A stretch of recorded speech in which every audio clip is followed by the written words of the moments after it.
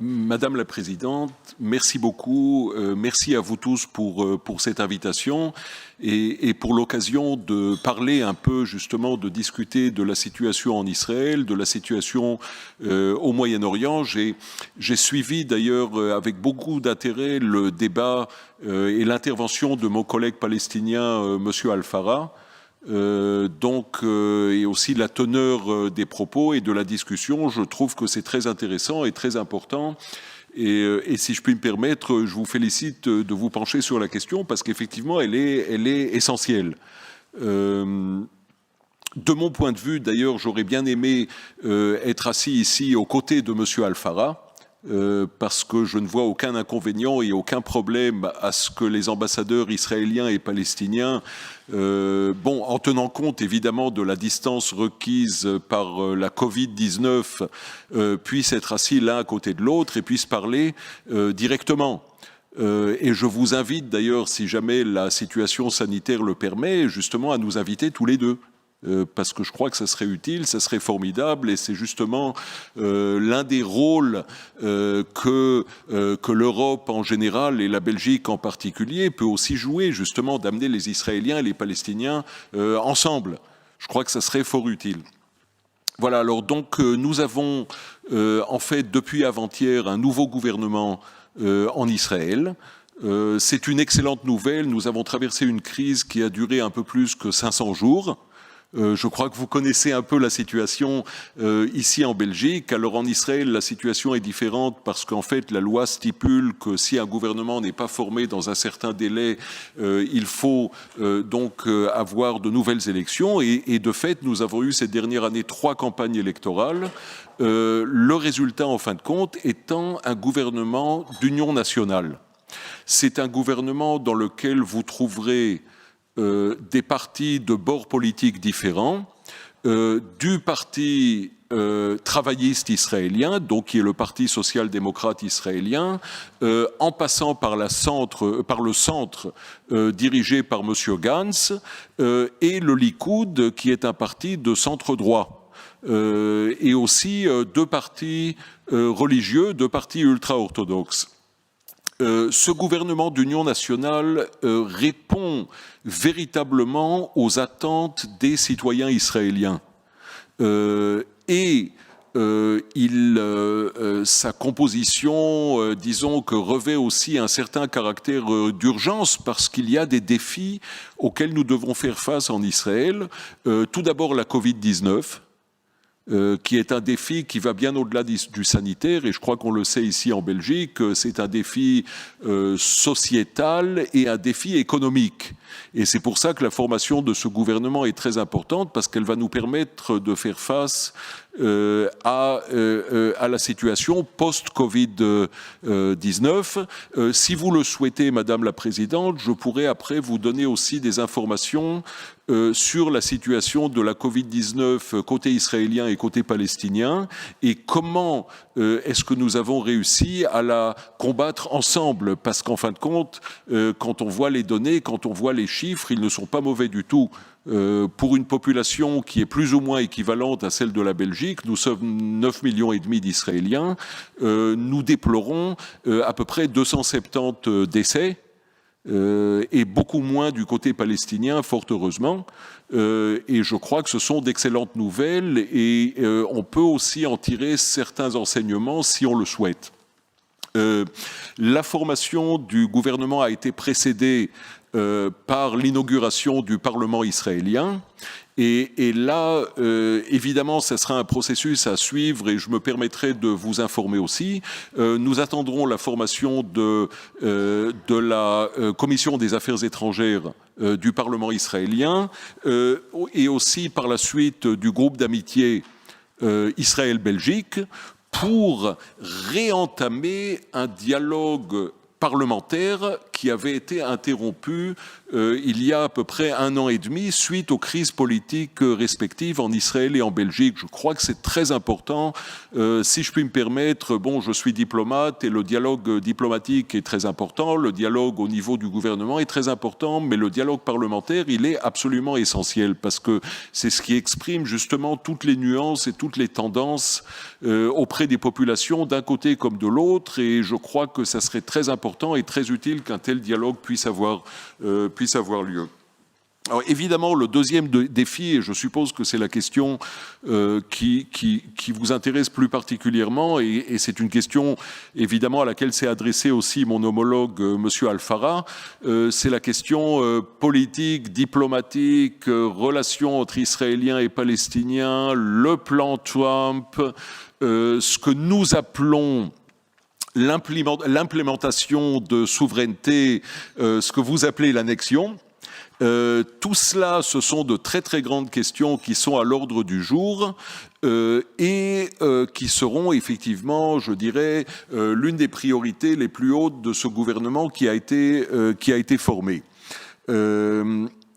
Il y a eu, dans ce contexte-là, hier, un discours très important de mon nouveau ministre des Affaires étrangères, Monsieur Ashkenazi, son discours d'inauguration au ministère des Affaires étrangères, et j'en ai fait parvenir une copie d'ailleurs au service de Monsieur Goffin, et si vous le souhaitez, je vous enverrai une copie aussi parce que il s'est adressé de manière, je pense, très intéressante et très constructive à cette question du plan Trump et notamment à cette question de l'annexion, pour dire de manière très claire que tout ce qui aura lieu aura lieu dans le cadre du plan Trump, en dialogue, dans le cadre d'un dialogue avec les Palestiniens, et de manière à ne pas mettre en danger ou en risque les relations de paix dont nous bénéficions avec nos voisins, à savoir la Jordanie et l'Égypte. Je crois que c'est un message très important qui met les choses dans une perspective. Il est évident que c'est un dossier à suivre. Le plan Trump, et je vous en parlerai un peu plus en détail, est pour l'instant, comme disent les Américains, « the only game in town », c'est le seul plan qui est sur la table. Il n'y a pas d'autre plan sur la table pour le moment. Et donc, il est la plateforme de référence, et non seulement pour les Israéliens. Il faut se souvenir quand même que lors de la présentation de ce plan à la Maison-Blanche, plusieurs pays arabes ont été représentés. Donc, de dire qu'il y a un consensus arabe contre le plan, je pense, ne reflète pas vraiment la réalité. Si les Palestiniens n'y ont pas été, et je sais que mon collègue M. Alfara y a fait allusion, eh bien c'est parce qu'ils ont refusé de venir, à leur habitude, puisque nous avons célébré il n'y a pas longtemps 72 ans d'indépendance, eh bien ça fait 72 ans que les Palestiniens disent non à tout, systématiquement. Alors ils ont encore une fois dit non. Et bon, ça j'y arriverai par la suite, mais je pense que s'il y a bien un rôle que l'Union européenne doit jouer, c'est celui d'essayer d'expliquer aux Palestiniens qu'il serait bien qu'ils négocient. Le plan Trump est un cadre, c'est un cadre flexible. Trump a dit lui-même de manière très très claire que si les partis décidaient différemment, eh bien, ça serait tout à fait respecté. C'est pas une recette de cuisine à suivre à 100%. Hein. C'est un cadre qui, en fait, propose une certaine vision de paix dans la région, qui est une vision adaptée à la réalité de 2020. Moi, j'ai suivi en tant que diplomate tous les processus depuis 1993. Le processus d'Oslo, les négociations qui ont eu lieu par la suite, l'échec de ces négociations, le terrorisme palestinien, la deuxième intifada, les discussions entre M. Olmert et M. Abbas. Nous avons tout vécu pendant ces derniers 25 ans plus. Et pour nous, il est évident que la réalité du Moyen-Orient aujourd'hui, en 2020, n'a rien à voir avec la réalité du Moyen-Orient en 1993. Et le plan Trump reflète en fait les changements fondamentaux qui ont eu lieu dans la région. Le printemps arabe, le tremblement de terre qui a suivi le printemps arabe, dont le Moyen-Orient commence maintenant peut-être un peu à se remettre, l'ébranlement de régimes dictatoriaux un peu partout dans la région, le démantèlement ou la destruction, si vous voulez, d'États artificiels et la réécriture de frontières sur d'autres bases, alors qu'elles soient ethniques, linguistiques et surtout religieuses. Ce que nous voyons aussi, c'est un changement profond de paradigme. Parce que si pendant longtemps, on nous a dit, en fait, il y avait deux croyances profondes qui animaient aussi le côté européen lorsque nous dialoguions de la question. La première était que si seulement il y avait la paix entre Israéliens et Palestiniens, eh bien, il y aurait la paix partout dans la région. Or, aujourd'hui, post-printemps arabe, nous savons pertinemment que la seule chose qu'amènera la paix entre Israéliens et Palestiniens, c'est la paix entre Israéliens et Palestiniens. Ce qui est merveilleux en soi, et c'est notre rêve le plus cher. Mais je crois qu'on est loin des illusions qu'on se faisait il y a une dizaine ou une quinzaine ou une vingtaine d'années qui voulaient que la paix entre Israéliens et Palestiniens amènerait la paix dans toute la région. Croyez-moi que s'il y avait maintenant la paix entre nous et les Palestiniens, ça changerait absolument rien quant à la situation en Irak, en Syrie et en Libye, au Yémen ou dans d'autres endroits encore. Absolument rien. Le deuxième paradigme, disons, un peu à briser ou à revisiter, c'est la chose suivante. Pendant très longtemps, on nous a dit que la paix entre Israéliens et Palestiniens entraînerait ipso facto la normalisation des relations entre Israël et les pays de la région. Or, ce que nous voyons depuis 7 ou 8 ans, c'est exactement le contraire. En fait, nous sommes en plein processus de normalisation avec les pays de la région, avec des pays avec lesquels nous n'avons pas de relations formelles, avec lesquels nous n'avons pas de relations diplomatiques, et nous sommes en plein processus de normalisation, processus d'ailleurs qui trouve son expression dans la présence de plusieurs ambassadeurs de pays du Golfe lors de la présentation du plan Trump. Donc, en fait, la normalisation précède la paix avec les Palestiniens. Ce qui ne signifie pas d'ailleurs que nous ne sommes pas intéressés par la paix avec les Palestiniens, bien au contraire.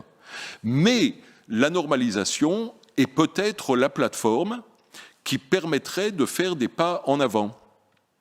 Les Palestiniens, pour des raisons stratégiques et politiques qu'ils ont eux-mêmes provoquées, n'ont jamais été plus isolés que maintenant. Et je pense que s'il y a bien une leçon à tirer de cet isolement, c'est qu'ils doivent absolument comprendre les changements fondamentaux qui ont eu lieu dans la région. Si, au lieu d'avoir face à vous un ambassadeur israélien, vous aviez un ambassadeur saoudien ou égyptien, il vous dirait exactement la même chose. Les deux dangers stratégiques auxquels fait face le Moyen-Orient sont l'Iran et l'islamisme radical. Israël, non seulement n'est pas un danger ou un risque pour la plupart des pays de la région, ne fait pas du tout partie du problème, mais bien au contraire fait partie de la solution. C'est la raison pour laquelle nous sommes approchés et sollicités en permanence pour offrir des solutions dans le domaine du high-tech, dans le domaine de l'eau, dans le domaine de l'agriculture, dans le domaine de la haute technologie, dans divers aspects, du cyber à la médecine et ce que vous voulez, et j'en passe. C'est la raison pour laquelle, lorsqu'on observe des sondages d'opinion publique dans le monde arabe, on se rend compte que la cote de popularité d'Israël est en pleine montée et que malheureusement la cote de popularité des Palestiniens est en pleine baisse. Et c'est un processus qui reflète des changements fondamentaux et profonds qui ont eu lieu dans notre partie du monde et qu'on ne peut pas ignorer. Et c'est pour cela qu'il serait bien qu'au lieu de nous faire la morale, comme M. Borrell hier, qui se permet d'un côté de nous féliciter pour la formation d'un nouveau gouvernement, mais d'un autre côté brandit une semi-menace au cas où nous procédions à telle ou telle annexion, eh bien, au lieu d'adopter un langage qui n'est pas vraiment positif, je pense qu'il serait beaucoup plus utile de nous parler et de parler aux Palestiniens. Les Palestiniens vous demandent, et je finirai, Madame la Présidente, les Palestiniens vous demandent des sanctions contre Israël et la reconnaissance unilatérale de la Palestine. Je pense que cette question des sanctions contre Israël, elle a déjà été abordée.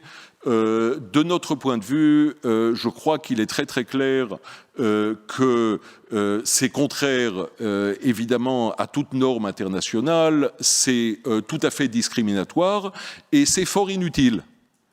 Et je serais heureux d'en discuter un peu plus en profondeur si vous le souhaitez.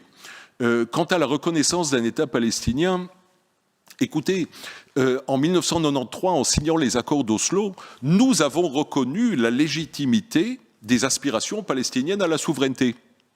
Alors, si vous voulez réitérer ce que nous avons fait, Israël, en 1993, pourquoi pas? Le problème, c'est que pour les Palestiniens, pour les dirigeants palestiniens aujourd'hui, la reconnaissance internationale sert de remplacement à la négociation. Ils espèrent obtenir par le biais de la reconnaissance internationale ce qu'ils ne veulent pas obtenir par le biais de la négociation. Et pourquoi ne le veulent-ils pas? Parce que la négociation implique compromis. Et les Palestiniens ne sont pas prêts à un compromis. C'est pour ça qu'ils pensent qu'en recevant la reconnaissance de tel ou tel pays, leur cause sera avancée. La vérité est que sur le terrain, cela ne change absolument rien. Parce qu'un changement fondamental sur le terrain en faveur des Palestiniens passe par les négociations et uniquement par les négociations. Et c'est exactement le message du côté israélien, c'est le message aussi du plan Trump. Dans le cadre de telles négociations, nous sommes prêts à négocier sur toutes les questions. Dans le cadre des accords d'Oslo, ça a été stipulé de manière très très claire, nous étions prêts à négocier des frontières, du statut de Jérusalem, du futur des colonies israéliennes et de tous les sujets épineux entre Israéliens et Palestiniens. Mais encore, pour cela, faut-il venir à la table des négociations, chose que les Palestiniens refusent systématiquement de faire. Merci beaucoup. Merci beaucoup. Madame la Présidente, quel est le temps qui est à ma disposition, s'il vous plaît? La soirée est longue.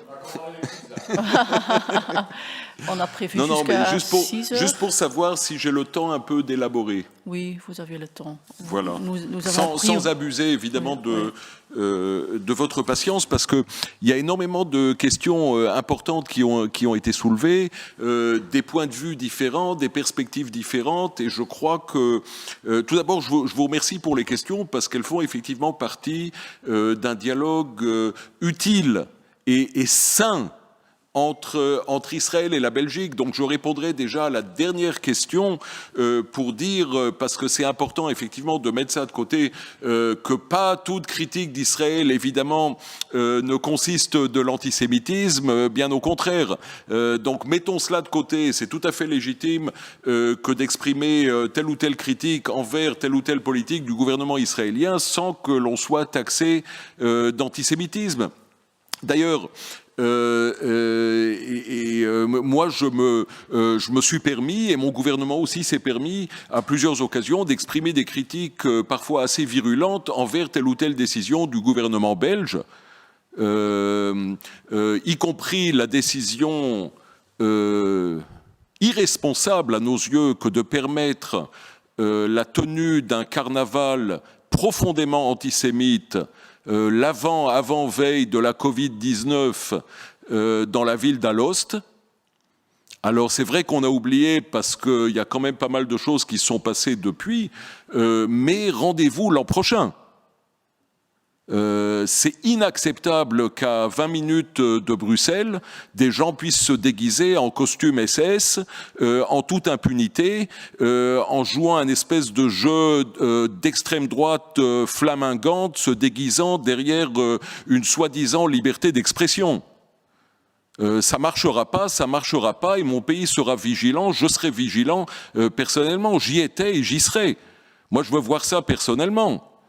Donc rendez-vous l'an prochain au Carnaval d'Alos, si je puis me permettre, parlant de critiques, puisque les critiques, effectivement, entre amis, ça va dans les deux sens. Maintenant, pour répondre aux diverses questions, j'aimerais, avec votre permission, en fait, faire 2 ou 3 petits pas en arrière pour exprimer et pour expliquer les positions de base israéliennes quant au territoire. Parce que je crois que de ça découlera aussi quand même une réponse à une bonne partie ou au moins à certaines des questions. Il a été question ici de territoires occupés de la 4e Convention de Genève. L'attitude israélienne est totalement différente. L'attitude légale, je vous parle maintenant en termes légaux, est totalement différente. Le 29 novembre 1947, les Nations Unies ont voté un plan de partition.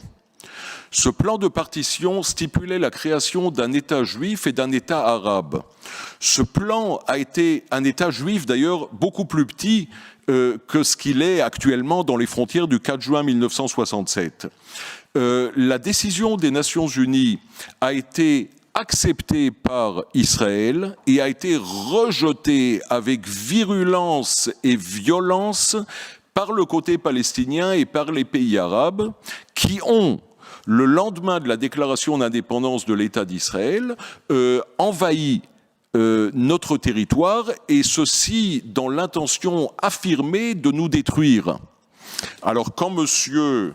Boukili dit au nom de son souci de vérité profonde que Israël, depuis qu'il existe, va à l'encontre du droit international, je me permets de ne pas réagir. La guerre d'indépendance s'est terminée sur des accords d'armistice en 1949 et alors a été créé l'État d'Israël dans les frontières que nous connaissons. En attendant, les territoires qui étaient destinés à la création d'un État arabe, puisque nous savons tous qu'une Palestine indépendante n'a jamais existé, eh bien ces territoires s'en sont accaparés, la Jordanie pour la Cisjordanie et Jérusalem, et l'Égypte pour la bande de Gaza. Il est important de noter que ces grands amis des Palestiniens, à savoir l'Égypte et la Jordanie, n'ont jamais pensé un seul instant qu'il serait opportun, utile et juste que de créer un État palestinien indépendant. Bien au contraire, les populations palestiniennes ont été sous contrôle militaire de l'Égypte et de la Jordanie dans la bande de Gaza et en Cisjordanie de 1949, les accords d'armistice, jusqu'en 1967. Lorsque, suite à la guerre des 6 jours, Israël est rentré dans ces territoires, leur statut juridique n'est pas clair. Il n'est pas déterminé, pour la bonne raison que ce sont des territoires qui étaient dans les mains du mandat britannique, qui étaient destinés à former partie d'un État arabe, d'un futur État arabe, décision de formation qui a été rejetée par les Arabes et qui était sous occupation militaire de la Jordanie et de l'Égypte jusqu'en 1967. C'est la raison pour laquelle, du point de vue du droit international, de considérer ce territoire comme un territoire occupé ne correspond pas à la réalité. De surcroît, cette position israélienne trouve son expression aussi dans les résolutions des Nations Unies, plus particulièrement 242 qui a été réitérée par la 338, qui parle en anglais de territories et non pas des territoires. Donc, nous nous sentons confortés dans la position qui veut que le futur statut de ces territoires est ouvert à négociation entre Israéliens et Palestiniens. Il n'y a jamais eu d'État palestinien. Jérusalem n'a jamais été la capitale des Palestiniens. En fait, les seuls au monde dont Jérusalem a été la capitale, c'est le peuple juif. Personne d'autre, Jérusalem n'a jamais été la capitale de personne d'autre hormis le peuple juif. Les négociations avec les Palestiniens ont pour but notamment de déterminer des frontières pour arriver à un accord de paix. Et à ce moment-là, si ces négociations aboutissent, serait créée une Palestine indépendante dans les frontières qui seraient déterminées dans le cadre de négociations entre Israéliens et Palestiniens. Et c'est exactement le but du processus d'Oslo qui a commencé en 1993, si vous vous souvenez, avec la bande de Gaza et la ville de Jéricho qui ont été d'abord transférés en main des Palestiniens, suivi d'une série d'accords économiques qui ont été signés à Paris et à Londres et dont le but était justement de renforcer l'économie palestinienne tout en la faisant profiter des accords de libre-échange dont bénéficiait Israël avec les États-Unis et avec l'Union européenne. Nous étions sur le bon chemin. Et ce qui s'est passé à l'époque, parce qu'on ne peut pas oublier, et je vois, si je puis me permettre, je vois vos visages, certains d'entre vous sont plus jeunes, certains, Monsieur Flao, le sont peut-être un tout petit peu moins. Voilà, moi aussi. Alors, ce qui a fait dérailler le processus d'Oslo, c'est la vague de terrorisme palestinien qui a commencé en 94-95 et qui a culminé lors de la deuxième intifada de l'an 2000 jusqu'en l'an 2003-2004. Il ne faut pas oublier ça. Il ne faut pas oublier ça. Et croyez-moi que nous, on ne l'a pas oublié. Lorsque les Israéliens ont payé le prix fort de plus de 1000 Israéliens assassinés par des terroristes suicidaires se faisant sauter dans des autobus et dans des cafés, etc., croyez-moi que nous, on ne l'a pas oublié. En sachant pertinemment que ceux qui étaient derrière ces attaques terroristes, ce n'étaient pas seulement les islamistes du Hamas, mais c'était bel et bien Yasser Arafat et l'OLP. Dans le but avoué d'essayer d'obtenir plus de concessions. Les négociations de Camp David de l'été 2000 ont presque abouti. Nous étions prêts à une capitale palestinienne à Jérusalem. Nous étions prêts à un partage de souveraineté de la vieille ville, y compris du mont du Temple. Nous étions prêts à tout. Monsieur Olmert a négocié avec Monsieur Abbas en 2008, il était prêt à encore plus. Il était prêt à 99% de tous les souhaits palestiniens. Et la réponse a été non. La réponse palestinienne a été non. Alors on peut se poser la question, pourquoi est-ce que les Palestiniens répondent toujours non et pourquoi est-ce qu'ils continueront à répondre toujours non? On peut se demander si les Palestiniens veulent la paix, on peut se demander si les Palestiniens sont capables, ont la force et la volonté de payer le prix de la négociation, à savoir le compromis.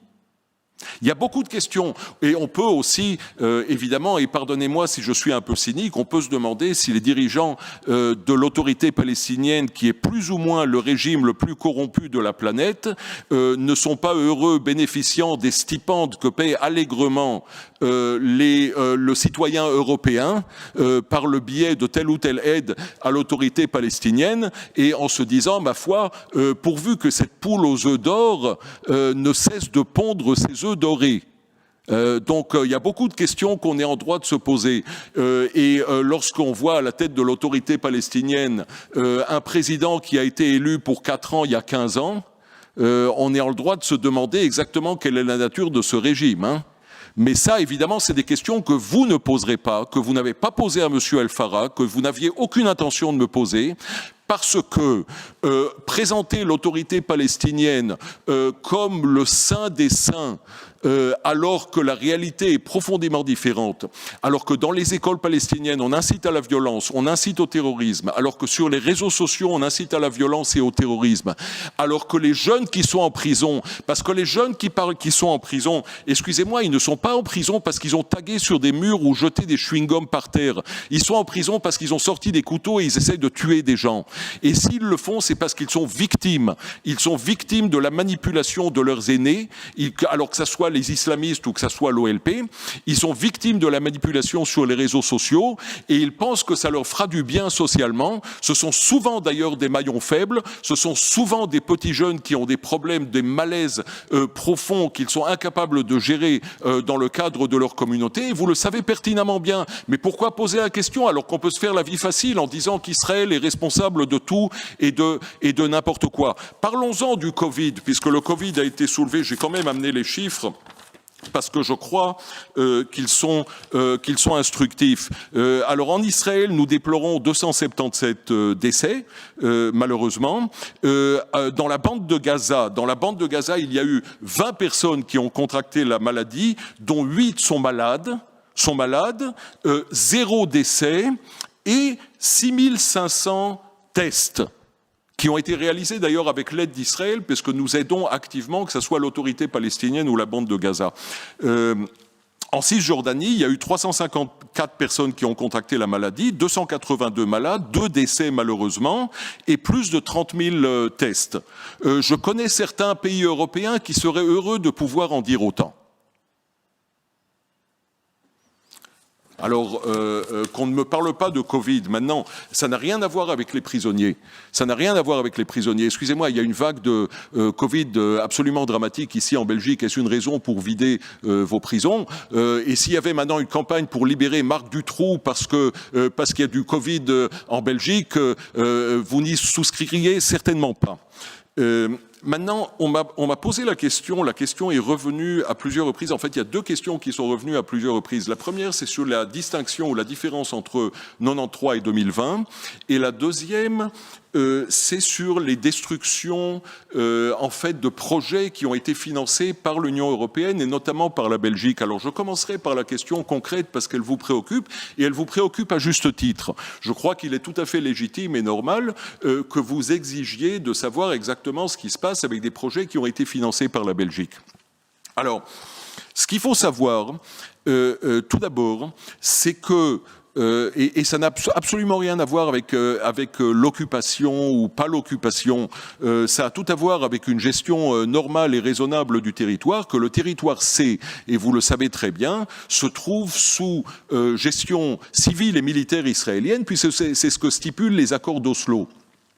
Cela étant dit, par conséquent, non seulement il est légitime, mais il est exigé qu'un projet de construction en zone C soit présenté pour recevoir l'accord des autorités israéliennes. Je ne me permettrai pas de construire un projet humanitaire ici à Bruxelles sans demander l'autorisation des autorités municipales. Donc, ce que nous demandons, c'est de demander un permis. Deuxièmement, et on l'a déjà vu dans plusieurs contextes, ces projets ont une nature, ont sorte de teneur qui est plutôt politique que d'utilité véritable à la population.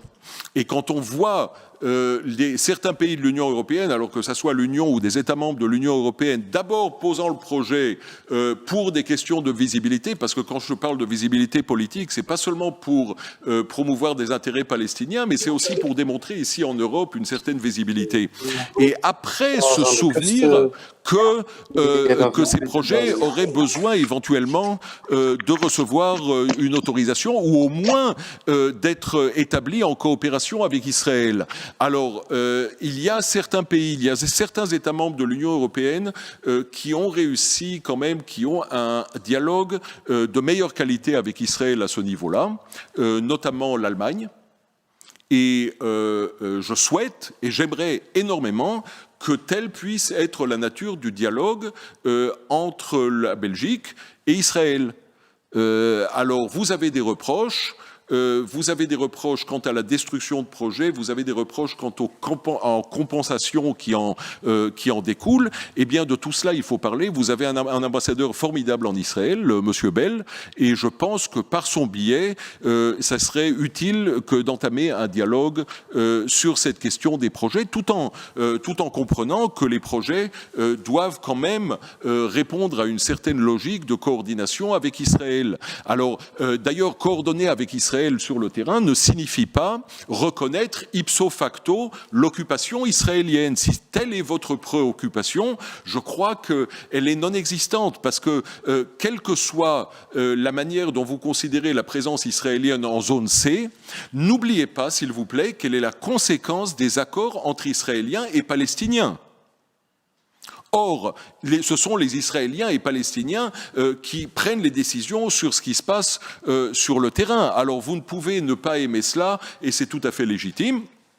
J'ouvre une parenthèse.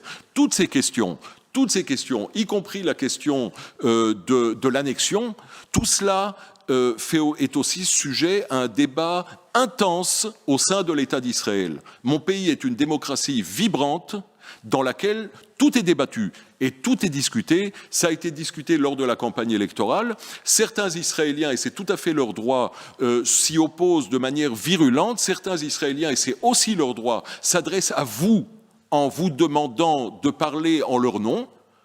C'est tout à fait normal. Nous sommes dans une démocratie qui privilégie la liberté d'expression, donc il n'y a absolument aucun problème à ce niveau-là. Nous avons eu des élections. Pour l'instant, je vous invite à lire donc le discours de notre ministre des Affaires étrangères. Je vous invite aussi à lire le programme stratégique du gouvernement israélien, et non pas pour ce qu'il s'y trouve, mais pour ce qu'il ne s'y trouve pas. Parce que dans le programme stratégique du gouvernement israélien, vous ne verrez rien sur cette question de l'annexion.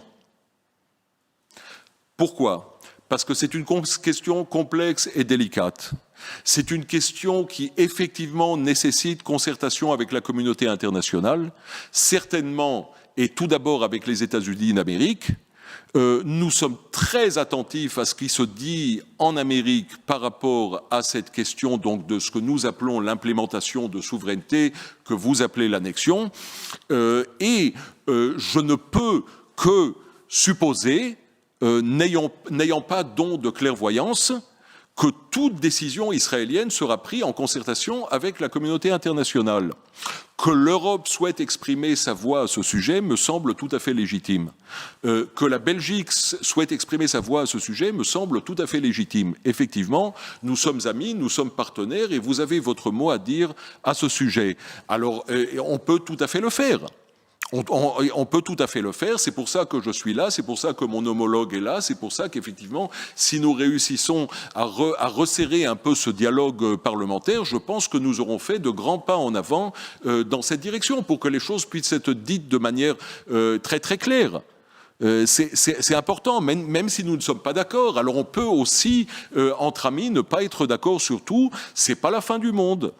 Alors, pour l'instant, vous savez, moi je n'ai pas compté les moins que 27 pour la bonne raison que personne ne sait combien sont ces 27 moins X. Alors, est-ce que c'est 1, est-ce que c'est 2, est-ce que c'est 5, je ne sais pas. La seule chose que je sais, c'est que ce ne sont pas 27. Et c'est parce que l'Union européenne n'a pas trouvé d'expression commune que les déclarations européennes sont personnellement et exclusivement au nom de M. Borrell, avec le poids que cela implique. Voilà.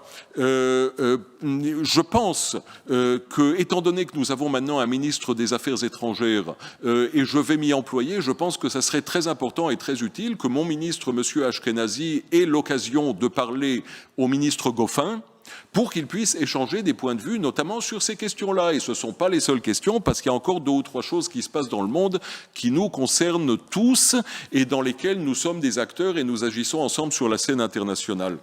93 face à 2020. Alors, le monde a changé dramatiquement et drastiquement, et pas seulement dans le contexte israélo-palestinien. En 1993, nous étions, tout de suite après la fin de la guerre froide, dans une logique de grande puissance qui était tout à fait différente, avec certains acteurs sur la scène internationale et d'autres acteurs qui n'existaient pas. Ce que nous voyons en 2020, c'est une scène internationale qui est beaucoup plus variée, avec l'émergence des BRICS, avec l'émergence d'autres acteurs encore, le Brésil, la Russie, l'Inde et la Chine, et l'Afrique du Sud aussi notamment. Le monde change. Alors on me dit que j'ai entendu qu'Israël est isolé sur la scène internationale. Alors c'est le genre d'isolation, si je puis me permettre, qui nous rend fort aise, parce que nous renouvelons des relations diplomatiques en permanence avec de plus en plus de pays. Alors il n'y a pas longtemps, avec les pays du Sahel, une rencontre entre mon Premier ministre et le Premier ministre du Soudan, des relations profondes avec des acteurs qui émergent sur la scène internationale et qui vont jouer un rôle de plus en plus important, à savoir l'Inde et le Brésil, profonde et stratégique. Et puis ces relations donc avec les pays de la région, alors que ce soit l'Arabie Saoudite, les pays du Golfe, d'autres pays de la région encore. Alors certains en parlent plus, d'autres en parlent moins. Et non, ce n'est pas seulement au niveau des gouvernements, c'est aussi au niveau des opinions publiques. Et comment est-ce que je le sais ? Parce que j'écoute les journalistes dans ces pays. Alors les journalistes au Koweït qui disent les Israéliens ne sont pas nos ennemis, on les voit chaque jour. Dans tous ces pays, on voit des gens qui s'expriment de manière de plus en plus claire en disant Israël n'est pas notre ennemi. Je le vois parce que sur les réseaux sociaux de mon ministère, du ministère des Affaires étrangères israélien en arabe, nous avons des millions de followers du monde arabe. Je suis contacté aussi par des gens d'un peu partout dans le monde arabe qui sont intéressés par le dialogue, et puis voilà. Alors être intéressé par le dialogue, ça ne veut pas dire qu'on est d'accord sur tout, mais le dialogue même, c'est ça la clé du succès, parce que les jeunes générations dans le monde arabe ne sont plus victimes de cette manipulation qui a été le sort de leurs aînés pendant 60 ans, lorsque les dictateurs arabes ont utilisé délibérément les Palestiniens et la cause palestinienne pour justifier de leur dictature, pour justifier de la misère qu'ils imposaient à leur peuple.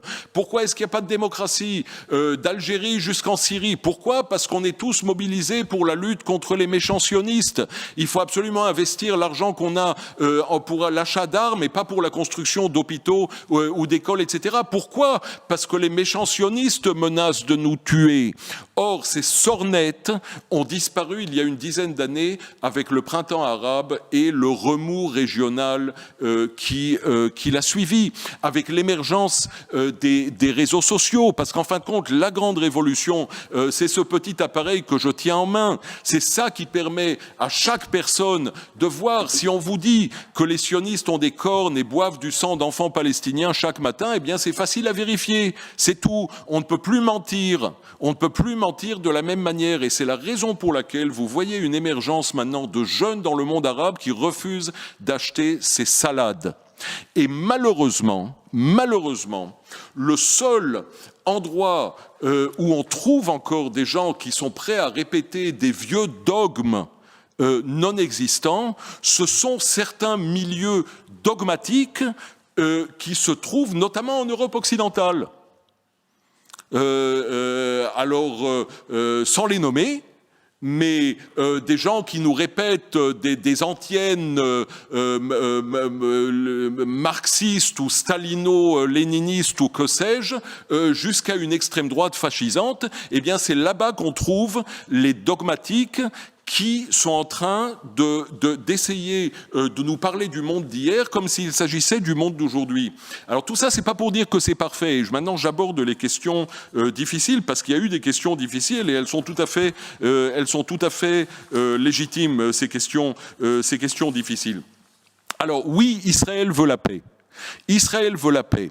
Les paramètres d'une négociation ont probablement changé. Le gouvernement que je représente est un gouvernement dont la position est différente des positions de gouvernement israélien d'il y a 10 ans ou d'il y a 15 ans. Le gouvernement que je représente dit de manière très claire, et là j'attends effectivement, parce que c'est un gouvernement qui a été créé il y a 2 jours, dit de manière très claire que, étant donné la situation régionale et étant donné le manque de confiance ou le peu de confiance que nous pouvons faire envers les Palestiniens, eh bien, nos demandes dans le domaine de la sécurité sont beaucoup plus élevées que ce qu'elles ont été auparavant. Parce que, à chaque fois que nous avons pris un risque sécuritaire ces 20 dernières années, nous avons été cruellement punis. Le terrorisme palestinien qui a commencé dans les années 90 a été le résultat justement de cette volonté de compromis, cette volonté d'ouverture israélienne. Alors nous avons construit un mur. Alors j'ai été surpris d'ailleurs que lors de ce dialogue, il n'a pas été question du mur. Alors je me permets de soulever moi-même la question parce qu'elle est importante. Depuis que le fameux mur existe, eh bien il n'y a plus d'Israéliens qui ont été tués par des attentats suicides palestiniens. Et pour moi, ça vaut tout. Ça vaut tout l'or du monde, parce que le rôle d'un gouvernement, c'est tout d'abord de protéger sa population contre des assassins. Et le fait est que depuis que le mur a été construit, aucun Palestinien ne s'est fait sauter en territoire israélien. Et croyez-moi que c'est pas par bonne volonté ou parce qu'ils n'ont plus envie de se faire sauter pour tuer autrui. C'est parce que nous avons pris les mesures nécessaires pour faire en sorte que ce phénomène ne puisse se reproduire. Et tant mieux. Alors nous avons quitté unilatéralement la bande de Gaza en 2005. Personne ne l'a mentionné, évidemment, parce que ça va à l'encontre du narratif qu'on essaye de créer, qui veut que les Israéliens, ils sont méchants, ils ne donnent jamais rien, ils ne font jamais de compromis. Jamais de compromis. Nous avons quitté la bande de Gaza en 2005. Nous avons démantelé toutes les colonies, les fameuses colonies, elles ont toutes été démantelées jusqu'à la dernière. Et quelle a été la réaction palestinienne? 1 an après, coup d'État du Hamas et roquettes depuis 15 ans. Voilà. C'est pas compliqué. Les gestes de paix israéliens sont interprétés par les Palestiniens qui font erreur comme étant des démonstrations de faiblesse et par conséquent, ils estiment qu'ils peuvent continuer à attaquer. Regardez la situation que nous vivons avec l'Égypte. Nous avons signé avec l'Égypte un traité de paix en 1979, donc il y a plus de 40 ans. Alors vous dire que c'est une paix idéale, je ne vous le dirai pas, mais c'est la paix. Et oui, nous avons rendu à l'Égypte jusqu'au dernier grain de sable. Et oui, nous avons démantelé toutes les colonies israéliennes qui se trouvaient en péninsule du Sinaï. Et nous l'avons fait de bon cœur, parce que la paix est plus importante.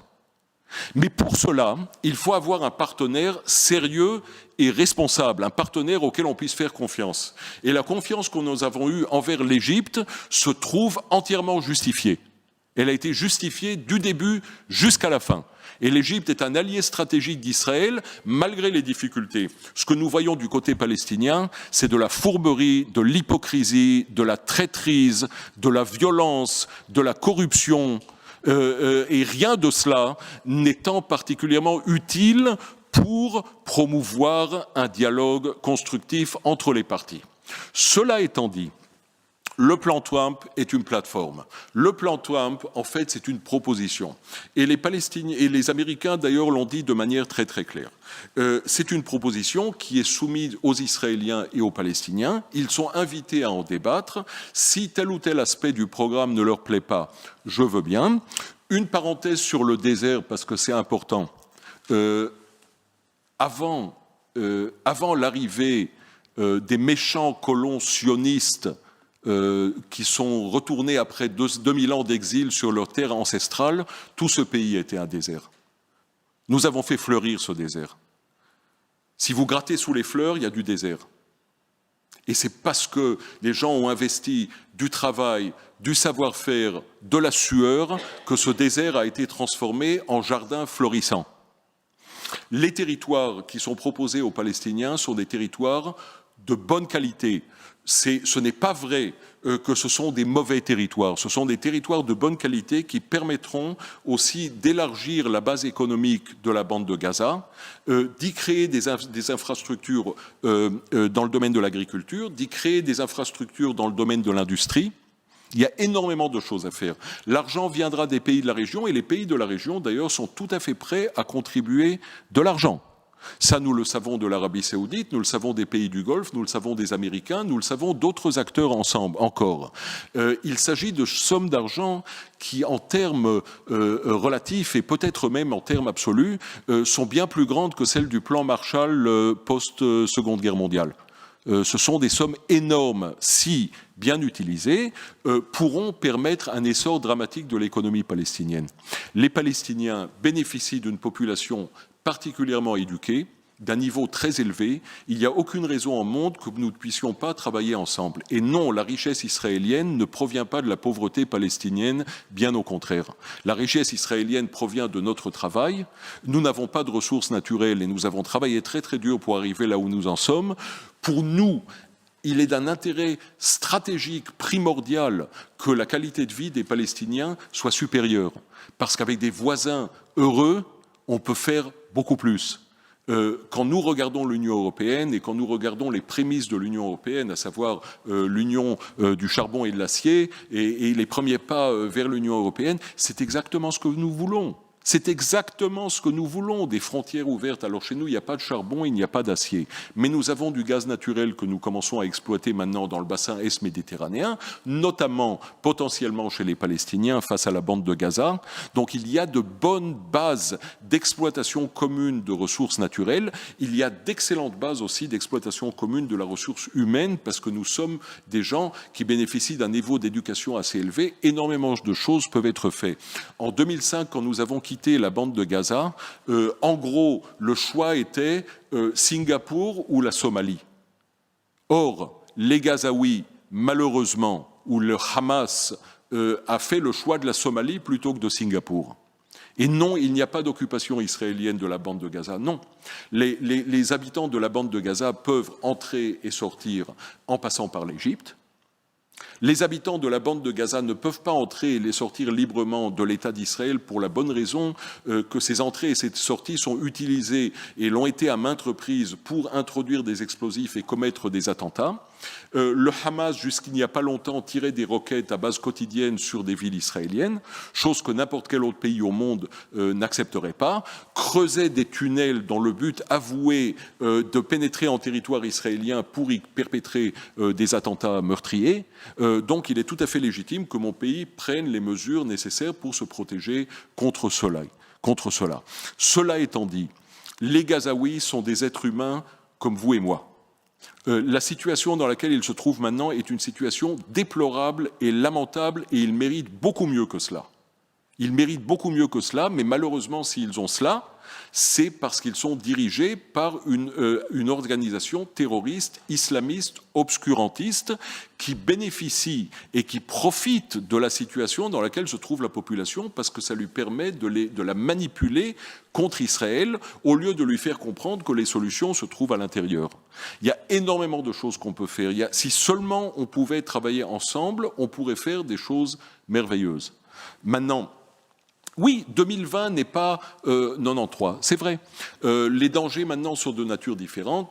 Alors que ce soit les dangers à partir de l'Iran et que ce soit les dangers du terrorisme islamiste que vous connaissez malheureusement aussi ici en Belgique, tout cela exige une réflexion différente, une vision différente.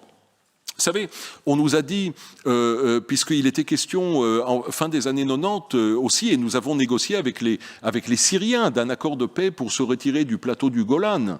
C'est un accord de paix d'ailleurs qui a échoué par la faute des Syriens, et ça c'est su à 100% parce que les Syriens n'étaient pas prêts à envisager la paix telle que nous étions prêts à l'envisager. Mais imaginez-vous que nous nous étions retirés des plateaux du Golan et que maintenant nous nous retrouverions pendant 4 ou 5 ans d'affilée avec Al-Qaïda à nos frontières, à 2 kilomètres de villes israéliennes. Alors, on est quand même dans un monde qui est un peu plus chaotique et un peu plus compliqué que celui que vous avez l'avantage, dans lequel vous avez l'avantage de vivre ici en Europe. Et il y a des obstacles, il y a des difficultés auxquelles nous faisons face et auxquelles nous continuerons à faire face dans les années à venir, parce qu'il ne faut pas se faire d'illusions. L'instabilité régionale continuera longtemps. La fin de cette instabilité qui a commencé il y a une dizaine d'années, eh bien, elle n'est même pas en vue.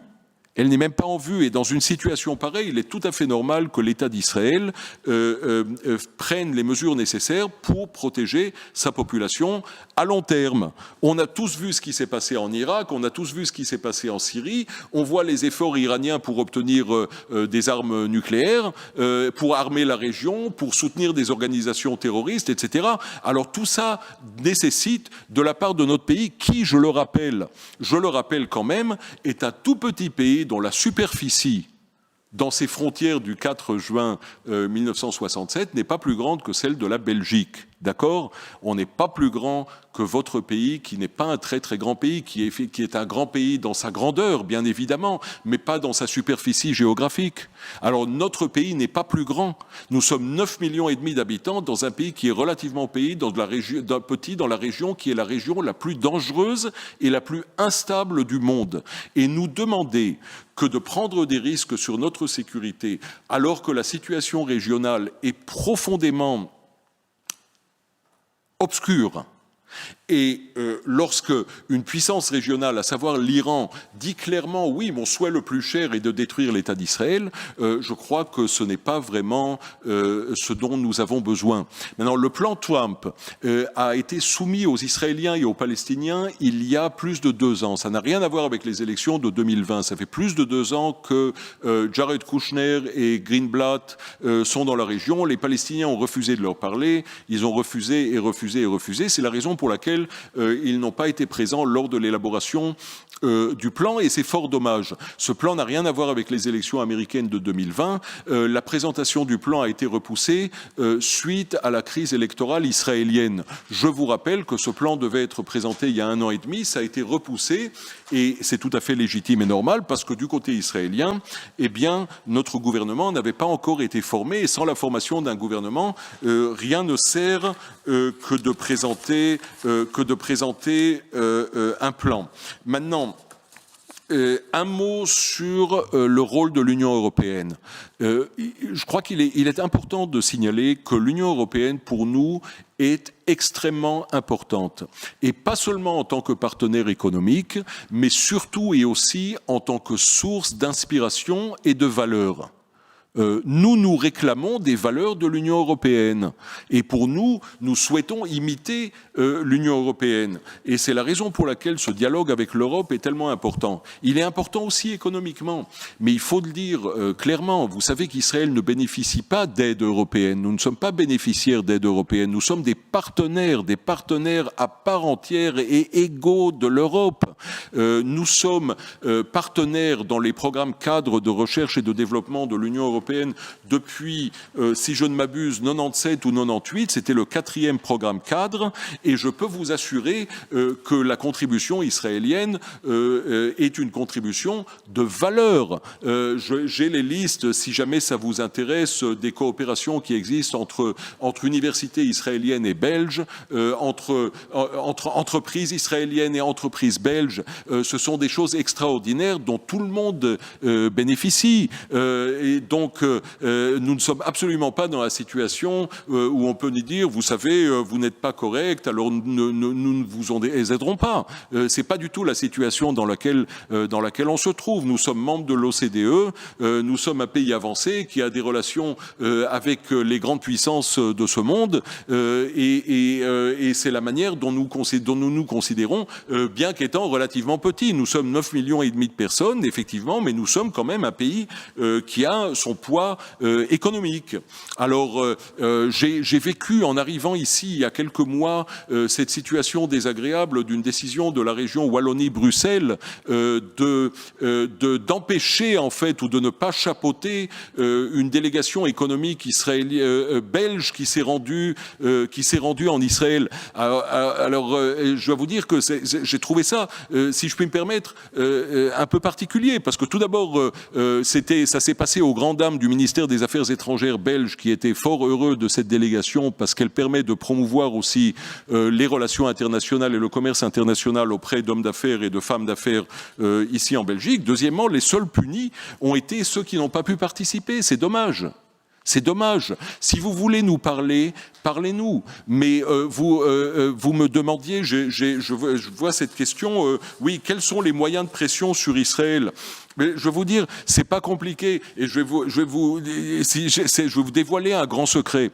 La seule chose qui marche avec nous, c'est de venir la main ouverte, comme l'a fait Anwar Sadat en 1977, en disant « je veux la paix ».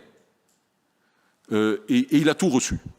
Il a tout reçu. C'est ça qui marche avec nous. Le rêve des Israéliens, c'est la paix. Je vois les sondages d'opinion publique en Israël, je les vois à base quotidienne. Alors, on peut être de droite, on peut être de gauche, on peut avoir telle opinion, on peut avoir telle opinion. Mais quand on demande aux Israéliens qu'est-ce que vous voulez le plus au monde, c'est la paix. Et pour la paix, nous sommes prêts à faire des compromis énormes et immenses, parce que rien n'est plus important que cette paix que nous méritons et que nos voisins palestiniens méritent aussi. Alors, je peux vous assurer, mais c'est libre à vous, bien évidemment, de promouvoir les politiques que vous souhaitez promouvoir, mais je peux vous assurer qu'une politique de menace envers Israël sera totalement contre-productive. Elle ne fera que rendre le dialogue entre nos pays encore plus difficile. Et je peux vous assurer qu'elle ne portera certainement pas atteinte à mon pays, ni économiquement et ni à d'autres niveaux. Donc je pense que c'est dommage et c'est pas comme ça qu'on mène un dialogue entre amis, même si on n'est pas d'accord. Alors on peut être, et là je finirai parce que j'ai trop parlé, on peut être pro-palestinien et pro-israélien en même temps. On n'est pas dans un zero-sum game. On n'est pas dans le blanc et noir. On n'est pas obligé de faire un choix entre Israéliens et Palestiniens. C'est tout à fait légitime de dire « moi je suis pour Israël, je suis pour la Palestine, je suis pour la paix ». Et je veux les aider, les uns comme les autres. On n'est pas obligé de faire un choix dogmatique qui appartient au passé en disant je suis pour celui-ci, donc automatiquement je suis contre l'autre. Non. Et on peut s'indigner quand de mauvaises choses se passent d'un côté comme de l'autre dans le cadre d'un dialogue. Et c'est la raison pour laquelle, et là je vais vraiment terminer, si jamais vous prenez la décision à un moment ou à un autre de m'inviter de nouveau, et j'en serais très fier et très reconnaissant, je pense que ça serait merveilleux si je pouvais être ici, assis à côté de mon homologue palestinien. Je crois que ça serait utile et ça vous démontrerait aussi que nous sommes capables de parler, parce que c'est ça la chose la plus importante. Merci beaucoup. Voilà. Oui, et sinon on peut continuer en télétravail. Hein. Donc, alors pour répondre très brièvement, vous avez posé une question sur les passages ou les moyens de transport entre la Cisjordanie et la bande de Gaza. Alors, oui, alors ça, c'est quelque chose qui a déjà été envisagé dans les années 90, puisque dans les années 90, il y avait déjà un passage, il y avait une route, parce qu'en fait, géographiquement, il y a 40 kilomètres qui séparent le nord-est de la bande de Gaza et le sud-ouest de la Cisjordanie. 40 kilomètres, c'est pas beaucoup. Donc il y avait une route qui permettait le passage. Ce qui serait envisagé maintenant, c'est un tunnel ou bien un pont, parce que quand même les technologies ont avancé ces 25 dernières années, de manière à ce qu'il y ait un passage libre entre ces deux parties de ce qui serait à ce moment-là un État palestinien. Alors, vous dire que c'est facile d'avoir un État en deux morceaux avec un tunnel au milieu, non, c'est pas évident, c'est vrai, mais il faut comprendre que de toute manière, à une situation unique, il y aura aussi des solutions uniques. Et puis c'est pas le seul pays au monde où il y a des enclaves. Hein. Vous connaissez très bien, d'ailleurs, puisque il fut un temps où où cela appartenait à la Belgique, hein, l'enclave de Cabinda entre le Congo et l'Angola. Alors c'est pas pour comparer, mais pour vous dire, pour illustrer l'argument qui veut que dans le monde il y a des situations, ou bien si vous préférez les États-Unis et l'Alaska. Hein, si vous trouvez ça plus facile à accepter. Donc, il y a des solutions à partir du moment où il y a de la bonne volonté. Vous savez qu'un train rapide, maintenant, franchit 40 km en 10 minutes. Donc c'est très facile. Maintenant, permettez-moi, s'il vous plaît, de répondre très brièvement aux autres choses, parce qu'il y a des choses très importantes. Il a été question ici et je retiens, de gouffre ou de fossé entre Israéliens et Palestiniens. Effectivement, il y a un fossé qui nous sépare. C'est un fossé de méfiance qui est au niveau des dirigeants et aussi au niveau des simples citoyens, parce que malheureusement, nous avons perdu tout contact entre citoyens. Et pour regagner la confiance, je crois que ce sera un processus très très long. C'est comme dans la vie privée, vous savez, c'est facile à détruire et c'est difficile à construire après par la suite. Maintenant, conférence internationale ou autre format, il faudra trouver un format qui corresponde véritablement aux besoins des Israéliens et des Palestiniens. Le rôle de l'Europe, puisque vous faisiez allusion aussi, il était question de quel serait éventuellement le rôle de l'Europe. Alors là, encore une fois, je me permets de dire, vous savez, l'Europe, pour l'instant, ne semble pas être en mesure d'imposer ses positions. L'Europe n'est pas l'acteur sur la scène internationale qu'elle souhaiterait être. Alors, je crois qu'il y a d'abord beaucoup de questions internes à régler au sein de l'Europe avant d'aborder la question d'un rôle européen dans le contexte Israël-palestinien. Il y a pas mal de... Oui, alors oui, mais pour l'instant, elle ne facilite pas parce que vous savez, si le lendemain de la présentation du gouvernement israélien, alors on reçoit le message de Monsieur Borrell disant félicitations et d'ailleurs, si jamais vous faites quelque chose, on sera très fâché. C'est pas vraiment vous dire que c'est le message le plus constructif, amical et utile. Je ne vous dirai pas. Alors, est-ce que c'est un message d'ailleurs qui a passé? Est-ce que c'est un message qui a fait grande impression et qui va infléchir les perspectives israéliennes? Vous connaissez la réponse tout aussi bien que moi, monsieur.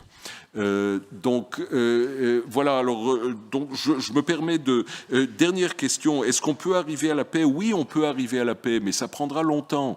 Des fois, il y a des attentes de paix rapide, mais là, je crois que ça prendra très longtemps. Il est pas impossible d'ailleurs que certaines questions resteront sans solution pendant fort longtemps.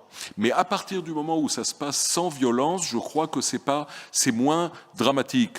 Je pense par exemple que la question du statut de Jérusalem et particulièrement des lieux saints est une question tellement complexe et qui implique non seulement Israéliens et Palestiniens, mais aussi les grandes religions monothéistes. Et il n'est pas impossible qu'une telle question exige des années, voire des décennies pour trouver sa solution. Je me permets de vous rappeler qu'il y a quand même des conflits sur le continent européen qui durent déjà depuis 300 ans. Et je fais allusion au conflit entre la Grande-Bretagne et l'Espagne sur Gibraltar, sans que pour autant le sang soit versé. Donc, c'est pas sûr qu'on trouvera une solution à tout vite. Mais évidemment, c'est ça notre espoir. Est-ce que vous croyez vraiment que nous voulons vivre en guerre, nous, Israéliens et les Palestiniens, et nos enfants? Certainement non. Bien sûr que non. Voilà, je vous remercie beaucoup et j'espère que je n'ai pas abusé de votre patience. Non, pas du tout. C'était très intéressant cet après-midi. Voilà.